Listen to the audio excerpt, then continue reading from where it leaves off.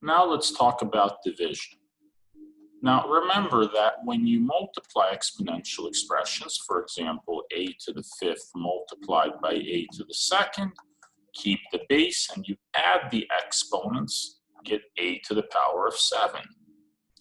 Well, since dividing is the opposite of multiplying, when you divide a to the fifth by a to the second, you should expect that you will subtract. 5 minus 2 is 3. The answer is a to the third, right? And that's what we have. A to the n over a to the d is a to the power of n minus d.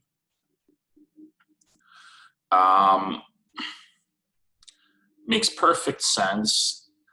It runs into a little bit of an issue in that, well, what if the order was different? What if I had a to the second over a to the fifth? Well, that could be a to the power of 2 minus 5, which is negative 3. But what does a to the power of negative 3 mean? It's not very clear, right? You can't multiply a negative 3 times necessarily, or at the very least, it's hard to think about. But there's another way of thinking about it, and that's what this bottom version of the rule is. He basically says, since the 5 is bigger than the 2, in other words, the power in the denominator is bigger than the power of the numerator, you can just say we still subtract, but the a to the third ends up being in the denominator and not in the numerator. So when you look at a to the second over a to the fifth, you say 5 is bigger than 2, so when I subtract, my answer goes on the bottom and not the top. And so instead of, like in the previous example, having a to the third over 1, we can have 1 over a to the third. Remember, if there's nothing in the numerator or in the denominator, you can say there's a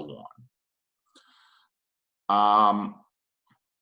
And if you notice in my rule, I purposely used the letters n and d, n for numerator, d for denominator, so it's easier for you to see that you can use this version or this version. They're mathematically equivalent.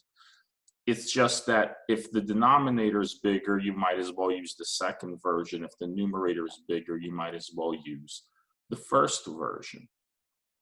And before we get into actual examples, I wanted to explore why this rule makes sense. If you think about a to the fifth over a squared, a to the fifth really means that you have 5 a's up there that you're multiplying. A to the second means that you have 2 of them. You cancel 2 of the a's and you're left with a cubed on the top. A cubed over 1, which is just a cubed.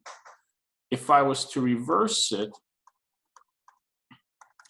I would have a times a on the top and a times a times a times a times a on the bottom. Now, when I cancel my 2 a's, my a cubed is on the bottom. And you can always think of a 1 being there. So the answer is 1 over a cubed.